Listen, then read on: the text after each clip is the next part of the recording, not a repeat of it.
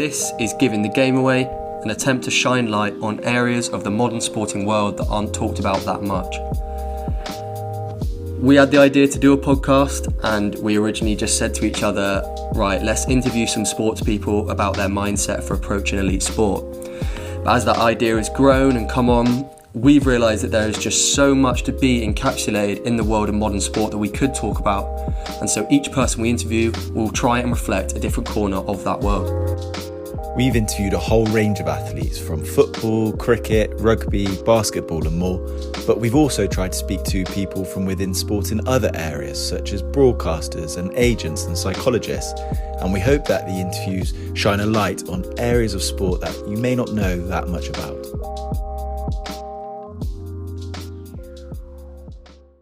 So today we've got on DeMerit, who's got such an interesting story. He was brought up in Wisconsin, America, before flying to England to chase the professional football dream. He started off in the 12th tier for Southall before getting scouted by Watford, eventually playing in the Premier League and then going to the World Cup with the United States. It's really a mad story and we are very looking forward to hearing it. And even crazier when you consider that just 6 months before playing in that World Cup, he damaged his eyes to the point where he was nearly blind. So it's such a good one for us to start our next series on, where we'll be filming every interview and be releasing them every Sunday for the next 10 weeks.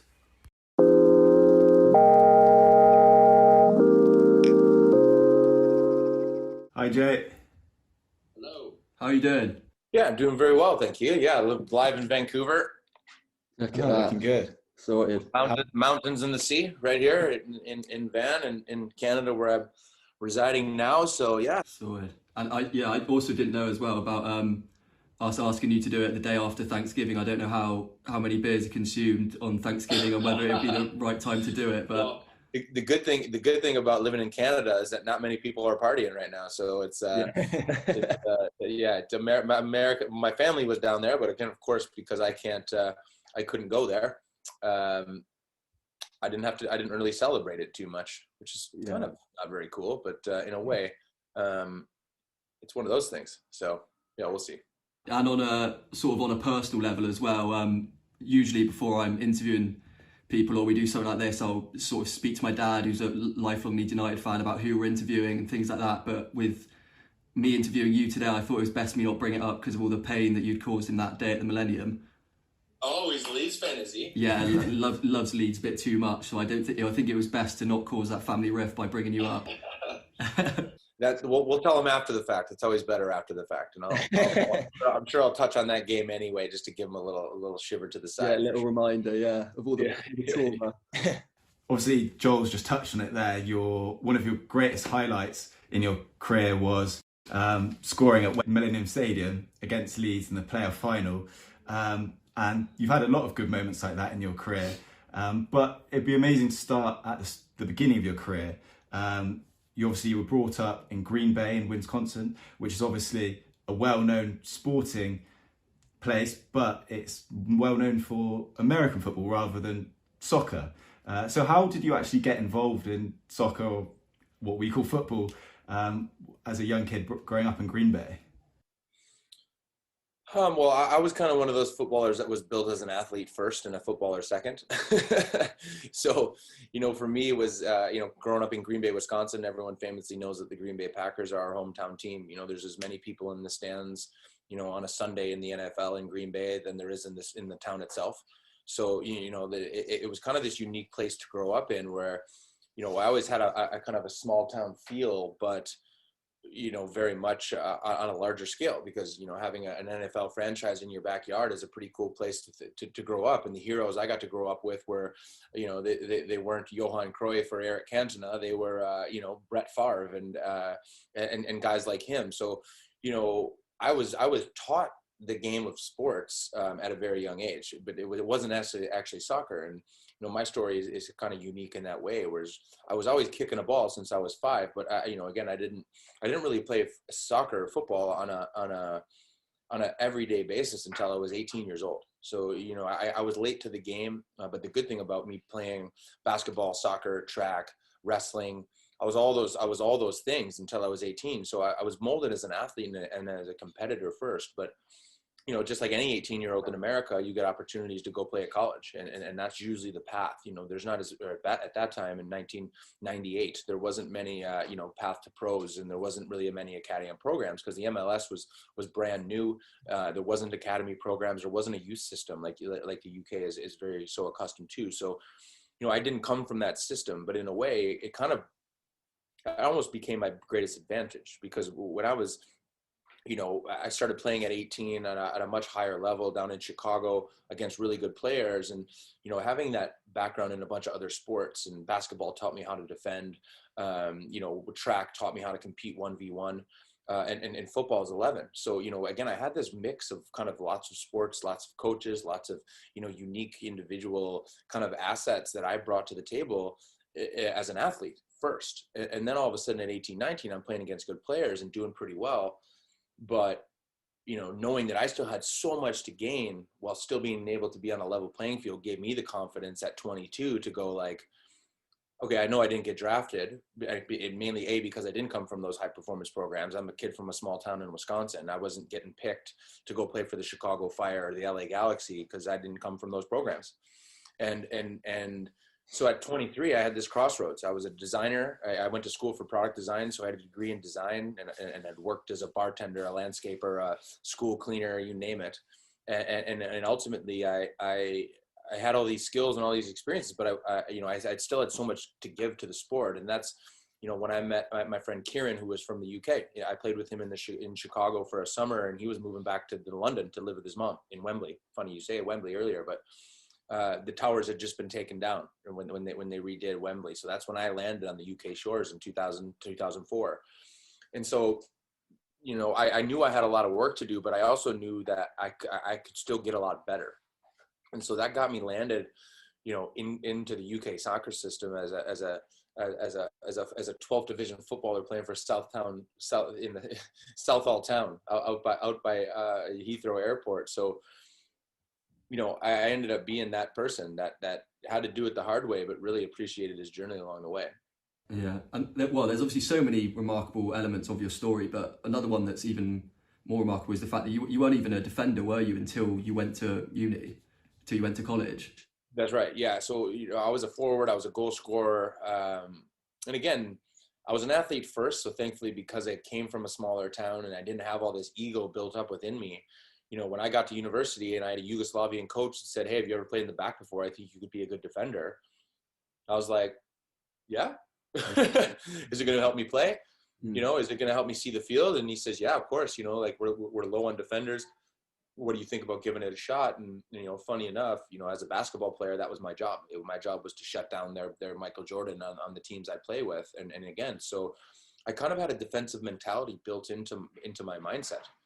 And I didn't know you could transfer that into sports at the time. I didn't know I could go from a defender mentality, but a goal scorer on the field, into a center back that actually knew what a forward was going to do. And I knew forward tendencies because I used to be one. And I think all of those things really served me when I got to England. I was a competitor. I understood how to defend.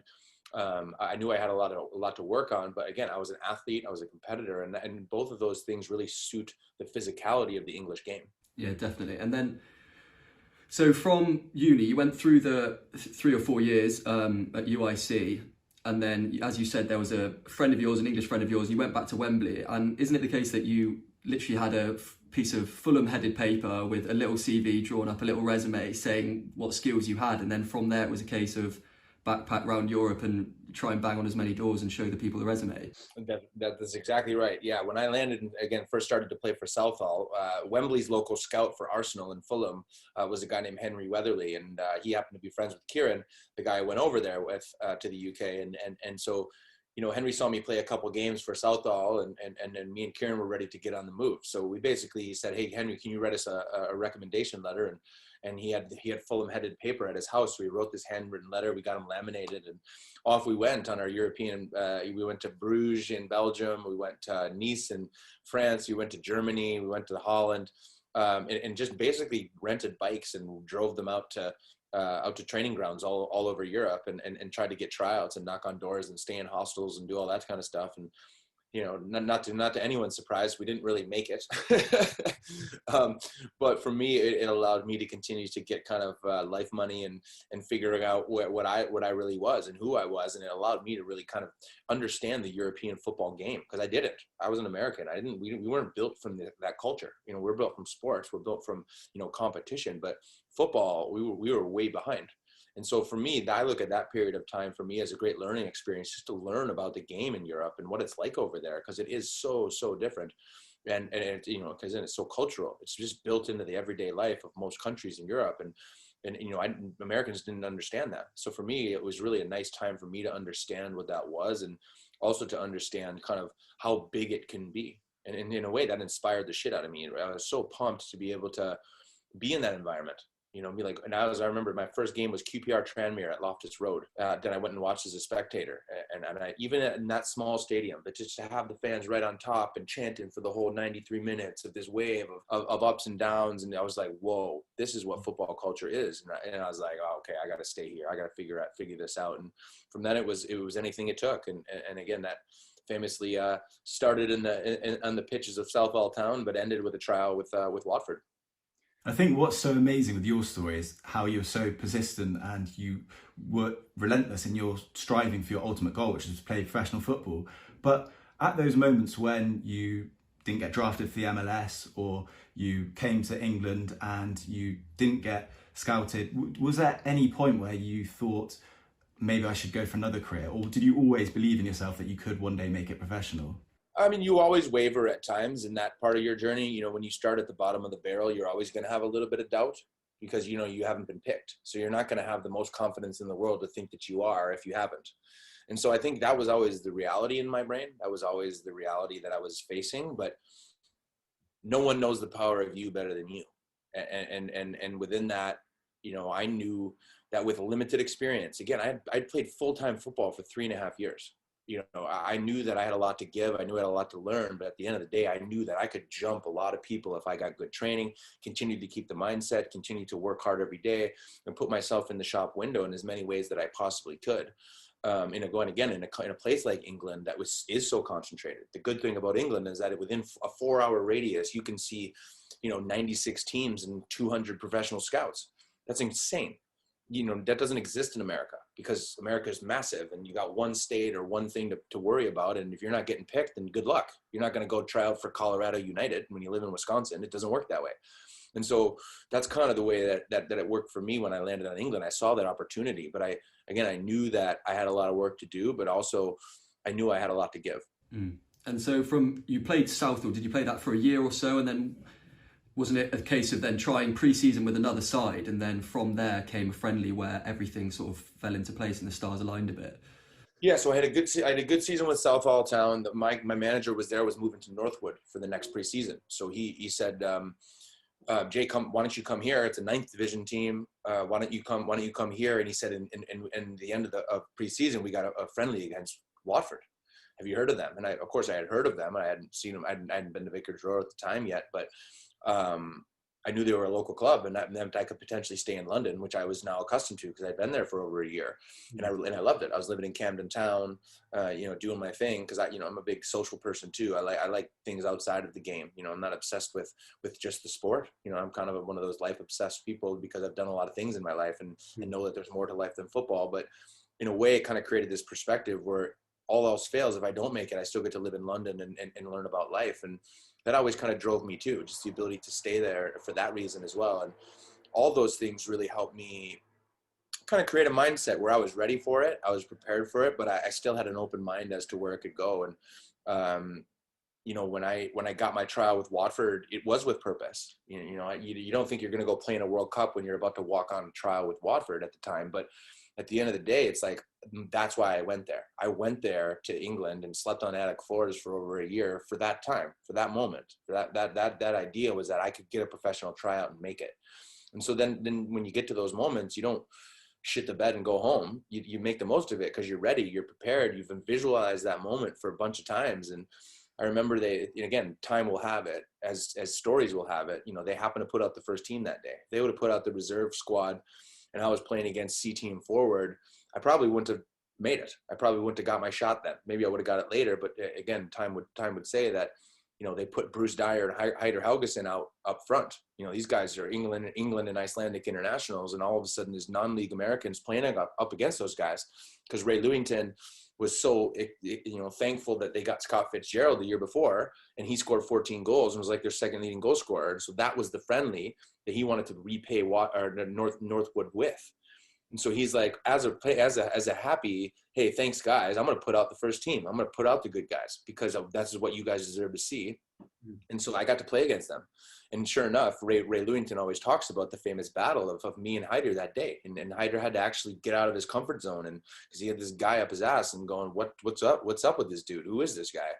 And so that allowed me to really have the platform to be seen in the way that I should have. And thankfully that allowed enough to get me the trial at Watford. That seems to be a theme throughout your career, is you're always seizing your big moments, seizing the opportunity. Like, for a lot of people, they might have, in that moment, the pressure might have overcome them a little bit. They might have got too nervous and maybe shied away from the challenge, but you actually relished it and you saw it as a golden opportunity for you to take the next step on your ladder towards professional football. Yeah, and and I think that mindset is really key to a journey story. If you're going to take the long road, if you're going to do what everyone else thinks that you can't, you A, have to be ready to get punched in the face a bunch of times, and B, you got to be ready to make it when you get that opportunity that you've been waiting and working for so long. You have to find that time and that moment. And it's funny, that's what I gave a TED talk years ago at TED Vancouver, and that's what it was about. It was about these key moments that you've just touched on in my life, where I had one opportunity to make the most. Eminem says it in his famous 8 Mile song. It's like, when you got one moment, what are you going to do with it? You know what I mean? Are you ready for it? Are you going to knock it out of the park? Are you going to put the tail between your legs and walk away? You know what I mean? Like, and that's really where, the key moments for journey stories happen. And for me, I was always ready for those, because I thought about them for years. I was fit enough. I was strong enough. I put myself in that arena a million times before I actually got there. And those moments is really how you get there. And another one of those moments was in the game at Vicarage Road. It was you'd said how your coach had said to you, turn up at the ground, and you said you had a disposable camera on you. You weren't exactly sure what was going to happen, and then you rock up and you find that your name is on the whiteboard. And you said that you had an initial moment where you sort of went into a bit of a defense mechanism, or a bit like, why did the coach not tell me? Why didn't he let me know before? And then what was your mindset after that? You said you even went to the toilets and had that defense mechanism. And then what was your mindset after that? Were you just feeling like, this is my moment, I've got to take it, really? Yeah, I mean, it's funny, when one of the most profound conversations I've ever had with myself was on a toilet at Vicarage Road. It's pretty interesting, to say the least, but it's entirely true, I had most trials, as anyone knows that as knowledgeable about the game, is that when you're on trial, you don't really train with the first team. You train with the reserves, and you get a couple games on the second team and with the youth guys. So that's pretty much all I had done for my week and a half that I had been with Watford. I'd had 2 reserve games. I hadn't even trained with the first team yet. And all of a sudden, Ray calls me into his office the day before the Real Zaragoza game, the last big friendly for Watford of that preseason. And and he's like, oh, I'll come to the stadium tomorrow. I heard you've been doing pretty well with Terry and the boys. Like, we're going to try to get you involved. So again, I'm thinking maybe he didn't know that he'd start me at that point, because that was the day before. But, you're not really prepared for those moments either. There are, and that's what I mean about the face punches. You're like, whoa, I didn't see that, but okay, I'm still here. You know what I mean? And that was one of them. It's like, I could go there, and I could tell him that I'm not ready. I could tell him that, why didn't you tell me I'm not ready, and be scared? Or you can go to the bathroom and have a conversation with yourself and realize that you've been sleeping on the floor for a year and a half for this moment. And that, this is exactly what you've been waiting for. This is exactly what you've been preparing for the last year and a half, by doing these things, putting yourself out of your comfort zone and facing these adversities that you face to go and prove yourself right. And that's ultimately what kind of the conversation said. It was, okay, well, you got your shot now. Take a breath, take a shit, do whatever you need to do, and go out there and perform. And thankfully, that's what I was able to do. I was a little bit shaky. I'd never played in a big stadium like that before, especially a full one. And again, but when you're ready for the bright lights, you're ready. And I've always been kind of one of those people that really likes to put himself in those lights and see what happens, because that's what it's all about. It's about those moments and about those things. And, all those people in the stands still want to be me. So why would you not be confident in that? That's how you take confidence. It's how you build a better mindset that you get to instead of you have to. And so I always talk about that as my tunnel moment of like, there are times when you can say, oh God, I have to go out there. Ray didn't tell me I'm going to play against this La Liga team. I have to do that.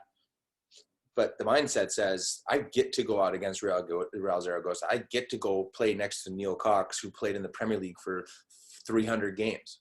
I get to be that guy. So shut up and go be awesome. And that's kind of the way it kind of works in my brain when I would be in those big moments. And again, those moved throughout my whole career, from playing in the Premier League to playing in a World Cup. And, again, nothing changed with that mindset. And again, that mindset really served me throughout my whole career. I think it's really interesting what you say there, and I think that's what makes someone particularly successful, a high-performing athlete, is someone who can see an opportunity and not be like, oh, I could embarrass myself, or I could have a bad day here and it's going to be really terrible. But it's to be able to reframe that and think, actually, no, this is a great opportunity. So for you, it was a case of, no, I'm not going to embarrass myself here. This is a great opportunity to get a contract, which is literally what I've been striving for my whole life. So that's just a really good mindset, and that's a real high-performing mindset that you've got there, which is so interesting. But also what I find really interesting is your manager, Lewington. He obviously threw you massively in the deep end there, a massive baptism of fire. But it sounds like he had a great way of motivating you and testing you and getting the best out of you. And I think A.D. Boothroyd, your next manager as well, did the same. So could you tell us a little bit about their leadership qualities, those two managers, and how they managed to get the best out of you? Yeah, well, I think, again, both of them had a profound impact on my career. Ray found me. And what I loved and most respected about coaches like that, and Bob Bradley, my national team manager, was the same, is that guys like them are willing to take chances on people. There's some managers that are very strict within their ways. They got their boys and they do their thing. They're not really taking chances on too many people. And Ray Lewington was someone that took a chance on me. He saw something in me that I didn't see. And, sometimes good managers have a little bit of a knack for that. And I think Ray did. I think Ray was able to do that in a lot of different ways. And, for him to take a chance on me and then stay with me was a huge part of the journey. But I think 80 really brought me to the best player that I could be. We both came from unforeseen circumstances. He famously came from a youth director position at Leeds. All of a sudden he's thrust into a first team manager position, and he's younger than 5 guys in the locker room. He was 34 years old when he got the job, and we had Alex Chamberlain, Malky Mackay, Sean Dyche. Like, these guys were like 36, 37. And, imagine being them and having a younger manager come in and tell you what to do. And after the dude has 0 experience in professional coaching. And so it was kind of this dynamic, like neither of us were supposed to be there, but both of us were. And it had so much positivity and energy for it that we were going to do it together. And he really empowered me to feel like that. And he empowered a lot of people, especially in that first season, those first 2 seasons, where, he really managed the people. And that's what 80's best managerial quality for me was. His ability to take us all as our individual pillars while creating a collective idea was really, I think, his greatest skill set. I think he really allowed us to be ourselves, really allowed us to, kind of be inspired by his belief in us. And I always say, like, he always used to do this thing after training every day. He'd grab one guy, put his arm around him, and walk him around the pitch for one lap and to talk about anything. And, it'd be like, hey, I thought you played like shit yesterday, but what's going on? Or it's, hey, I thought you played great yesterday. Or, hey, you just got here from America. I hear your story is crazy. What do you want to get out of it here? What do you want to be here? What kind of player do you want to be for this club? Those were his conversations with me. And so for me as an American that didn't really know how he wanted to belong there, I was just happy to be there. It really kind of shifted my gear to say, like, shit, I could be somebody at this club. It looks like my manager believes in me. So, maybe I could play next to Neil Cox. Maybe I could be the next Sean Dyche. You know what I mean? And for me, that was a big thing. And for me, again, Sean got injured 6 weeks into that first season and tore his groin, was out for 6 weeks. I got five games in a row, and then he never saw the field and was gone by the end of that year.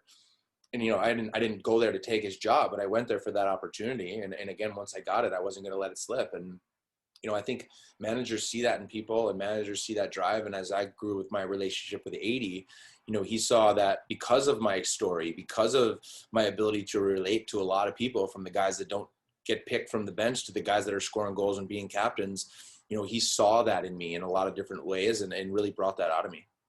It seems like belief is a massive thing in your story, and obviously AD had that as well. I've heard you say that at the start of that season, he said to you guys at the start of the season, right, we will be getting promoted and we want playoffs at the very least. And it must have been, like you said before, giving you so much confidence that the manager has that belief in all of you.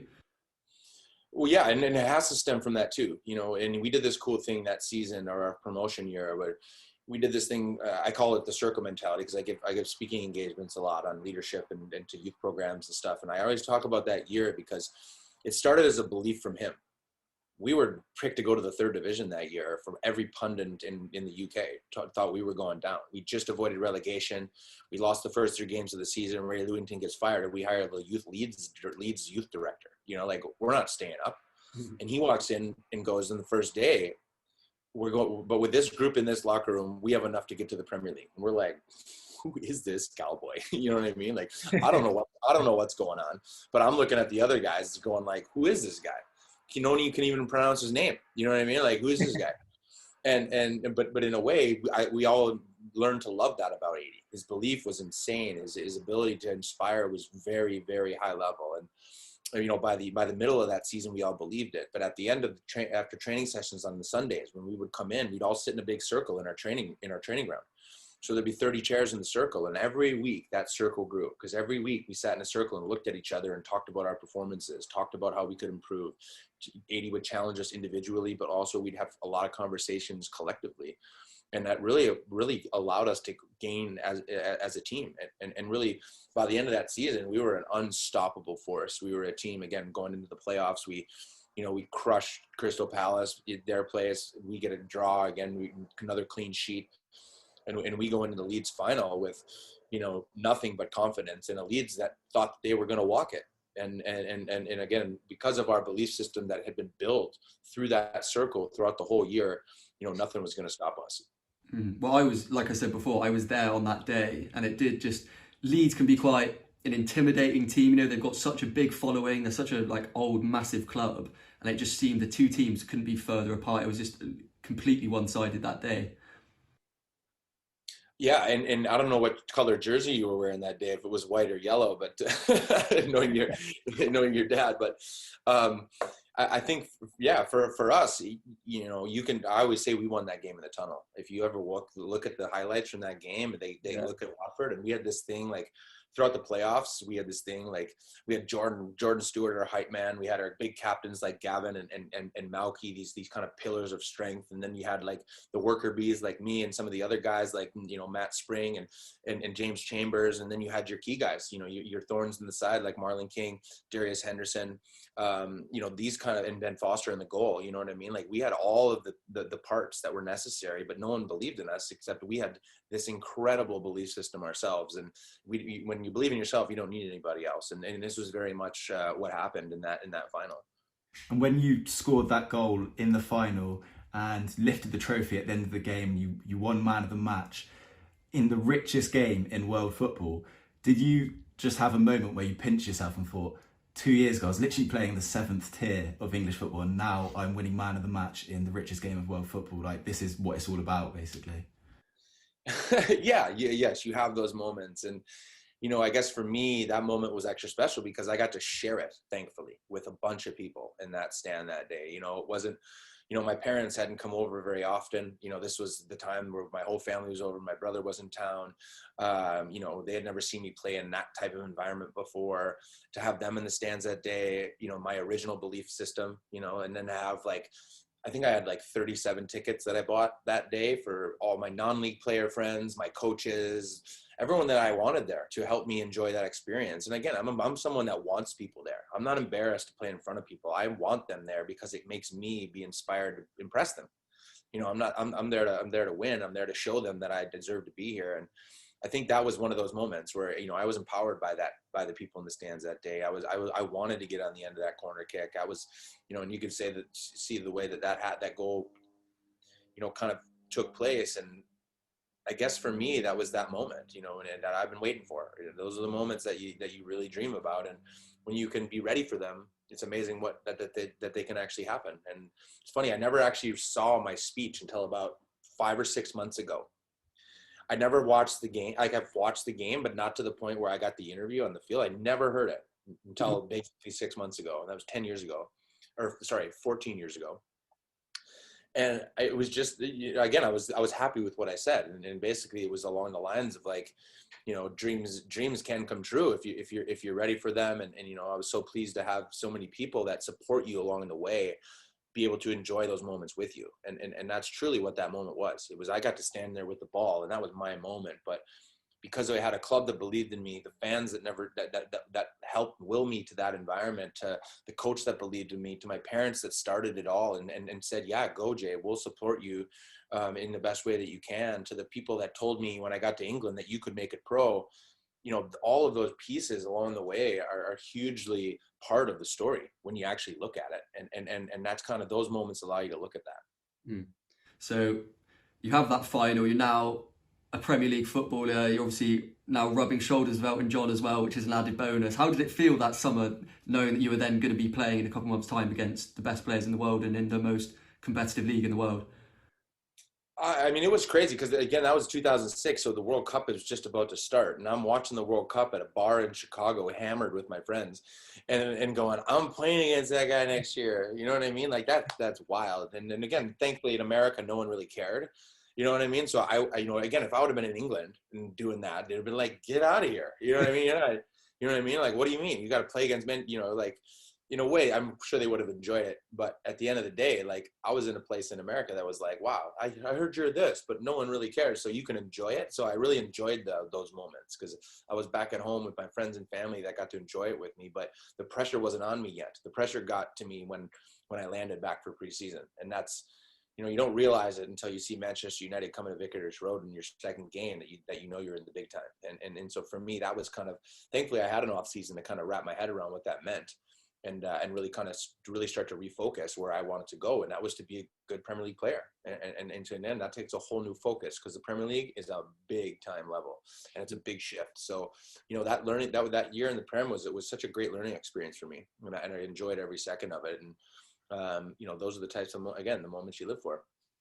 Who was the toughest competitor you think you came up against? Obviously you were in the Premier League during a time of great strikers like Drogba and Rooney, for example. Who do you reckon you had the toughest battles with? Well, it's funny you said Drogba because he was my nemesis. He was the worst. You asked me about one player. I got to play against Ronaldo. I got to play against Messi 3 times. Didier Drogba gave me the hardest time of any player that I played against because he was bigger than me. He was stronger than me. He could jump higher than me. He could hit it from 25. He could push it past you and run faster than you. And you could, like, Wayne Rooney, Fernando Torres, these guys, I can play with them. I can manipulate them. I can match them physically. I can match them competitively.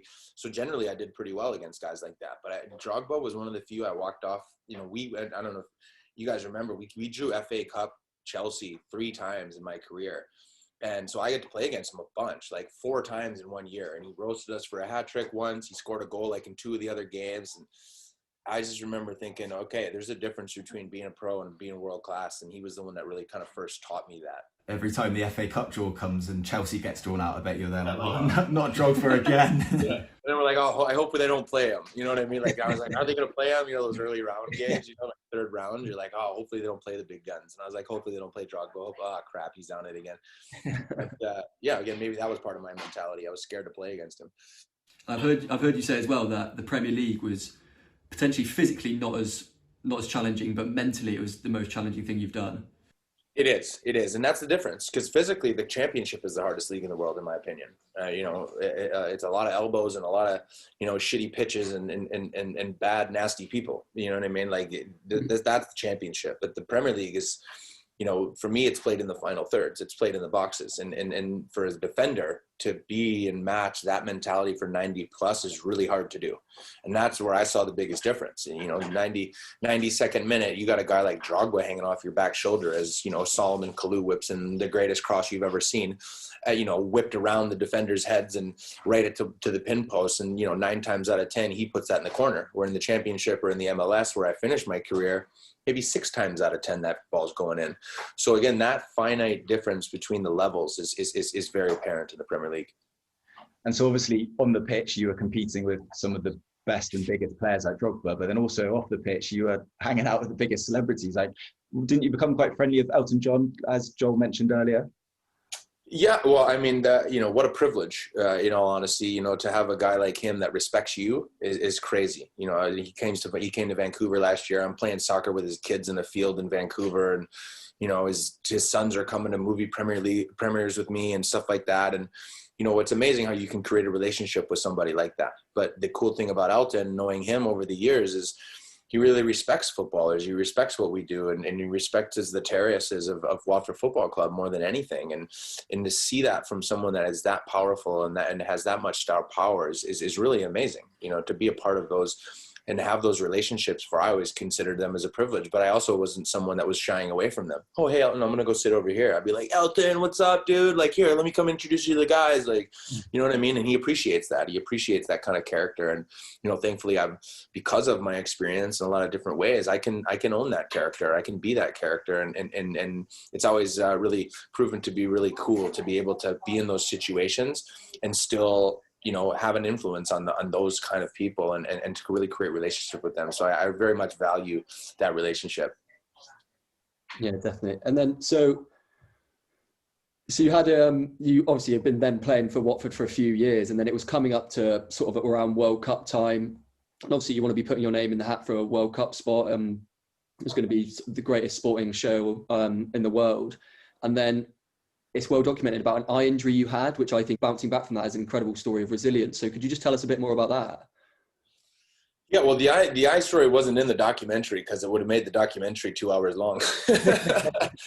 And so it's one of those kind of unsung stories, but for me, it's the craziest story of all. It is. It's how do you get an eye transplant? It's literally a corneal transplant. So it's basically a window change of your eye through a dead person's window, and 6 months before the World Cup. So I had to relearn how to see, heal my eye, and then really refocus on how to play at that level to get back in 6 months. And so that was, again, when you can't see, it's this initial, oh my God, like I may never play again. But then it was like, okay, now if you can, because the surgeon, thankfully Moorfields Hospital in London is one of the best eye hospitals in the world, and they have great surgeons there. And he really called me, says, Jay, if we can get this 3-month schedule down, I can get you playing in 3 months. And that gives you 3 months to get ready. And so, we had a plan. I sat in the dark for a month. I couldn't let my eye get angry. So I couldn't go outside. I couldn't look at TVs. I couldn't, I had an eye patch and a stationary bike that I had at my house. And I would sit in the dark and ride the bike, try to stay fit and visualize and be in pain, and sat there for a month, basically in the dark by myself. And I really understood, the power of the mental side, because it's very, very easy. I could have gone dark and been like, oh, I'm not going to play in a World Cup. I may never play again. I'm in pain. This sucks. But in a way, I had to use that time to, again, visualize. And I had a coach that called me from the US and was like, this is really crazy, but you're my guy. Like, we had just beat Spain. I was a coming out party, like at the 2009 Confederations Cup. We lost to Brazil 3-2 in the final. And I was a huge part of those wins and games in the Confederations Cup against the world's best players. And so I had enough confidence from that 2009 season to be like, okay, if I can get fit, don't lose where you've been. And so that was kind of my mindset. But again, those first 3 months to heal, to get surgery, and to kind of, again, I had to go in there. The time I would leave my house is I'd go to the eye hospital and get my stitch that was in my eye adjusted with my eye pried open, adjusting the shape of my cornea. And so having your eyes manipulated, not being able to sleep at night, all these things really allowed me to build this resilience program even more so than I already had. And by the time I got to the time where I was playing for Watford, I was a captain of the team. So again, I was in a leadership role. And, again, I owe a lot of that World Cup experience to Malky. He was like, you have a chance to play in a World Cup. I'm putting you in there. I don't care if you're shit. I don't care if you give away 3 goals. I'm going to give you that opportunity. And so he stuck with me and let me play out that season. I think we finished mid-table or towards the bottom of the league that year. But at the end of the day, it gave me the opportunity to get fit again and start playing at a level where I could judge headers and things like that. But the crazy part of that story goes where it's I make the team. I fly to Ajax Arena, and I got to play against Holland, who was ranked 3 in the world, with Dirk Kuyt and Robin van Persie up front, and play at Ajax Arena. And that was my coming out party. And he said, I'm flying you to Amsterdam. If you can play and you play well, I'll take you to the World Cup. It's basically what he said to me. And so again, that same moment, that cross section of, all right, am I ready for this? I don't know, but I'm as ready as I can be.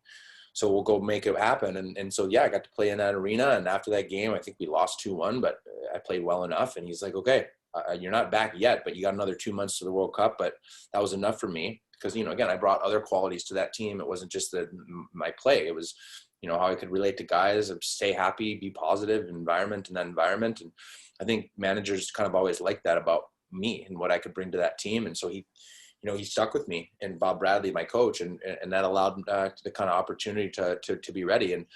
But the crazy part is when after the season was done with Watford, I had a 6-week window till the World Cup started. And so I had 2 weeks off, and the surgeon told me he wants to take the stitch out. So he takes the stitch out, and I do these eye tests, and I'm good, I'm fit, I'm ready to go.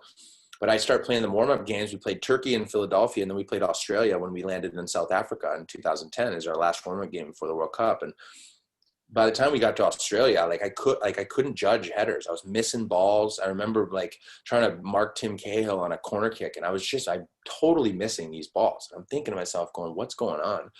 I go to the eye doctor, and my cornea had collapsed, and so I was back to legally blind in my my left eye 6 days before the England game. So I was back to legally blind in my left eye, and I didn't have contacts of that strength that could help me see. So again, talk about living with pressure. Talk about living with we got Wayne Rooney, and who would the Premier League Player of the Year that year for Man U. I'm playing him in 6 days, and I can't see. So we're calling around all these high hospitals in Africa, and they're like, no, we don't make contacts that strong. And so I call my surgeon back in London. He's like, yeah, we have them here, but how are we going to get them to you? And so we had him. My agent was flying in the morning of the England game because he was English, and so he was coming to that game. So he landed on South African shores the morning of the England game. We had a motorcycle courier meet him, grab the contacts, and at 3 p.m. the day of the England game, I got to see again for the first time in 6 days, and played the best game in my life. That night against Wayne Rooney was the best game I ever played on a soccer field. I think, to be honest, it might have been Rob Green. You couldn't see that game. Yeah. As the story goes, my agent had 2 players in the World Cup, me and Robert Green. I think that is one of the craziest stories I've ever heard. And you're right, that could be a documentary. That whole episode could be a documentary in its own right. But what I think's amazing is, if you have a typical football injury, it might be you do your Achilles, your ACL. With that, what the time span's going to be. It might be 3 months, 6 months, but you're going to get better again, and you'll be able to get back on the pitch. But with yours, because it was such a new injury, which is quite rare, and you just had no idea if you're even going to be able to see again, let alone play football. So it's just an amazing display of resilience for you to actually get through that and get back on the pitch and perform at a World Cup. But yeah, what was it like actually being in a World Cup? It must have been an amazing experience. Well, I think when you play in a World Cup and some of these big world tournaments, thankfully the Confederations Cup in 2009 in South Africa really helped us for that. We came in knowing what South Africa was like. We'd been in all the stadiums. We'd played in a bunch of games there. So thankfully we were prepped with that. So I guess maybe I landed with a little bit more confidence. It wasn't as foreign to me. So I used that to my advantage.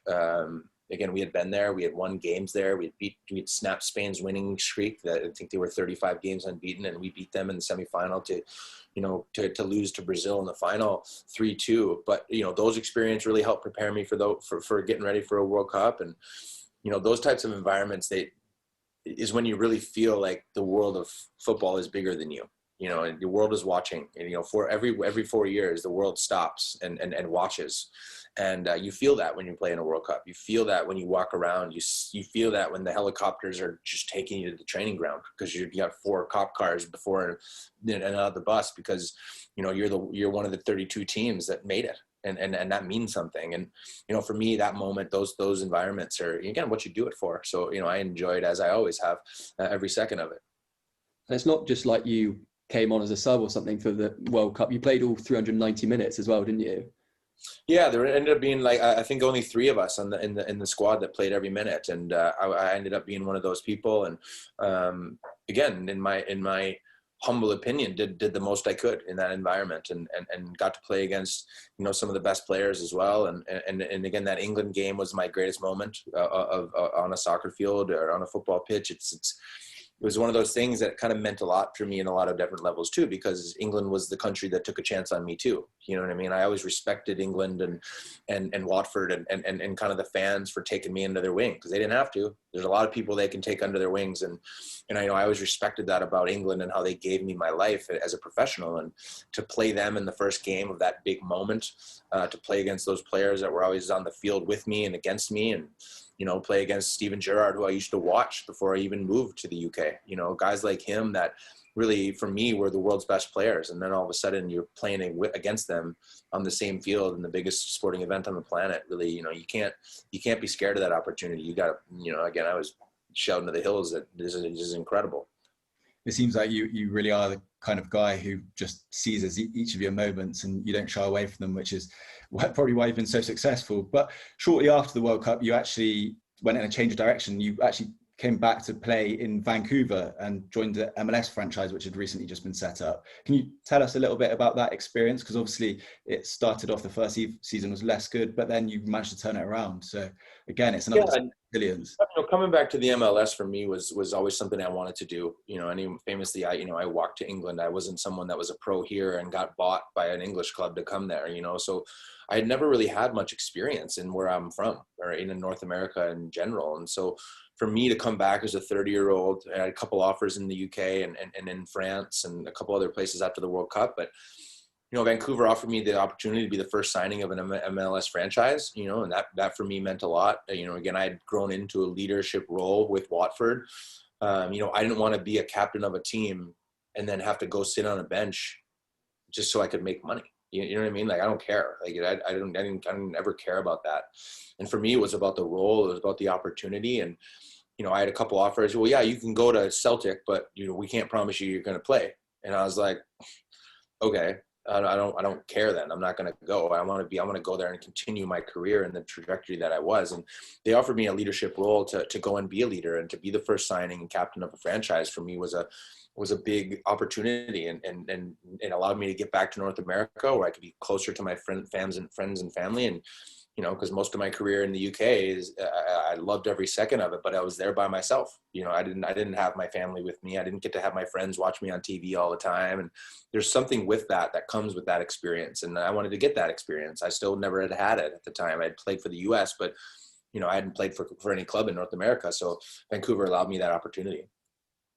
Great. And if we go on to now sort of more the stuff you're doing at the moment, your captain's camps, I think it's really, really good what you're doing in terms of, you said about how, you know, there's the outliers, there is the 1%, there's the LeBron James, there's the Tiger Woods, for example, and they're very specialized from very young and put on that path and they end up achieving it. But your camps, if I'm right, are more focused around sort of a holistic experience, more of a well-rounded experience. Is that right? That's right. Yeah. And in captain's camps, you know, they're notable for the, you know, the C that hockey players wear in the chest, or the C on the armband. And I was a captain for many years. And so people think that it's that, but you know, captain's camps are based on the whole idea of captaining your own ship. It's this ability to, as a young person and as a growing young adult, is, you know, those are the skills you need to learn. You got to learn how to navigate your ship. And then that's a skill set. That's surrounding yourself with mentors that are good at things in front of you. That's asking good questions. It's being a good teammate. It's all those types of things that really allow people to develop their own stories. And captain's camps was developed because I started to work for the Whitecaps and work for, you know, Watford, and being an ambassador and talking to these broken 15-year-olds that got released from the clubs. And they're going, well, what am I going to do, Jay? You do a bunch of stuff. Can you help me get a job? Can you help me get a university scholarship? And I'm like, you guys are 16. You don't know. You don't know what you're doing. You don't know how to take care of yourself. You don't know how to fold your laundry, cook a dinner for your girlfriend. Like, you don't know how to do any of this stuff, you guys. And that's what I realized, is that, like, these environments were happening all over the world, in every youth program on the planet, from music to sports to art. All of it's the same, is that you get the LeBron Jameses that have really killed the curve, and the Lionel Messi that killed the curve, because there's no curve anymore. It's, you're either Messi or you failed. And it's such bullshit, in all honesty. And this is really where I started to see a huge hole in the youth development system, and to go, okay, well, I'm working for these clubs, I'm wearing their badge, but I'm not representing anything that I really care about. And that's in youth development. It's about developing a youth that can take care of itself. And none of the programs are doing that for their kids. And none of the programs are really creating a program that's going to holistically teach them that. And again, you're going to learn how to be a footballer your whole life and how to bend a ball. What happens at 17 when you get told you're one of the 99%? You can't go bend the ball around the wall at university, can you? You know, maybe you can, but you're still going to have to get a job. And then what? You know what I mean? Like, and so some of the real pillars and the real problems that I saw weren't being fixed by these big programs. So I decided to start my own, and that's really what we do. I surround them with highly professional people in all forms of life. We do mentorship sessions with EA animators, Olympic athletes in other sports, tech CEOs. And we every day I bring up one of those and we do a lesson in their field. So not only do they come to soccer camp and we stay out and I tell stories like I've been telling you guys for the last hour and get these kids inspired to be better footballers, but in the end they meet, again, an EA animator, a designer, a CEO, and a chef. And they're like, whoa, I can be all these things too? That's cool. And so then we really create the program. And so then the program's 5 years old, but the cool part is that now I'm turning it into a digital program. So we actually, we signed EA as a founding partner 9 months ago. And I'm building an app that gamifies learning. So it takes mentor stories, all those people I talk about, and we put it into bite-sized information and storytelling like Masterclass. I don't know if you guys know what that is online, but it's like the pros coach. So it's the same idea, but now it's geared towards teens. So 13s to 23s, we're telling people stories. We're giving bite-sized information. We're doing slap shot challenges with hockey players, bend the ball challenges with soccer players. We're doing draw the favorite alien with the animator. But now the kids get to participate with these pros and these people with the blue check marks and that have worked for these amazing companies and walk a mile in their shoes for a second. So by the time they're 18, they're just not so lost and they're not so, they have more confidence because they've done a bunch of things, even through the digital world, which now we can build those bridges. I don't have to be in the room anymore to affect a conversation. I can sit in my house and talk to you guys for an hour and affect a lot of people's conversations. So this is where we use technology to really bridge those gaps and also to use storytelling that anyone can create their own stories. And that's really what Rise and Shine is now. I think it's really important work and it's really commendable what you're doing. And it is so important because, one of the reasons you're so successful is because you had all those well-rounded experiences. You went to college, you studied design, you played 3 different sports to a high standard. So you had all of those skills that could feed into your football. And also it gives you a backup if football doesn't go to plan, as you say, at 18. But then also for the ones that it does go to plan and they do become professional footballers, they need a career after football as well. So it's good to have these other interests which they can fall back on as well. Well, exactly, and you nailed it. And that's the big part of this whole kind of self-belief system is where does it come from? Just believe in yourself for believe in yourself.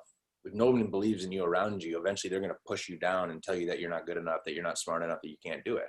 That's what happens to most kids. And that's why they have mental health problems when they get out of these programs or when they finally see the light when they're older.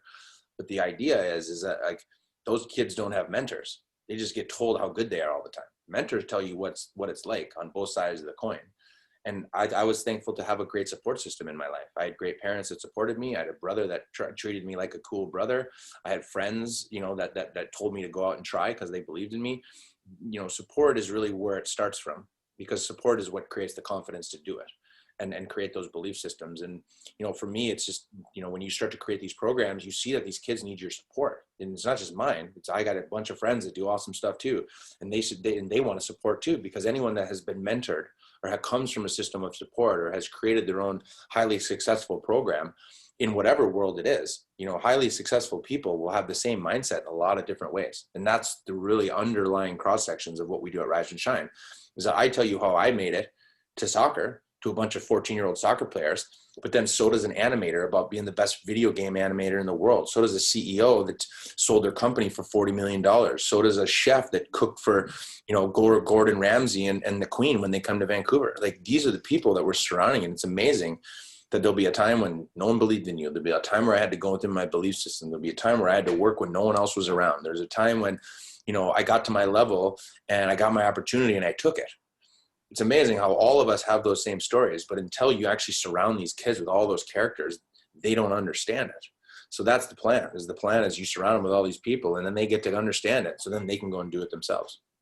And there's the only way to find out what your passions are and what you truly want to do is actually by doing it, and your camps allow kids to do that. So that's great. I'm obviously well aware of time. You're obviously a very busy person, but honestly, thanks so much for that last hour. You not only do you have such an incredible and inspiring story, but you're now helping kids basically find their own ways and have their own stories. So yeah, I'm in admiration of that, and thanks so much for the last hour. My pleasure. Thanks as always, guys, and as always, I'm right here. So if you need anything else, let me know. Really appreciate it, Jay. Cheers. Really enjoyed that. Cheers, guys. Thanks a lot. Cheers, Jay. Cheers. Pleasure.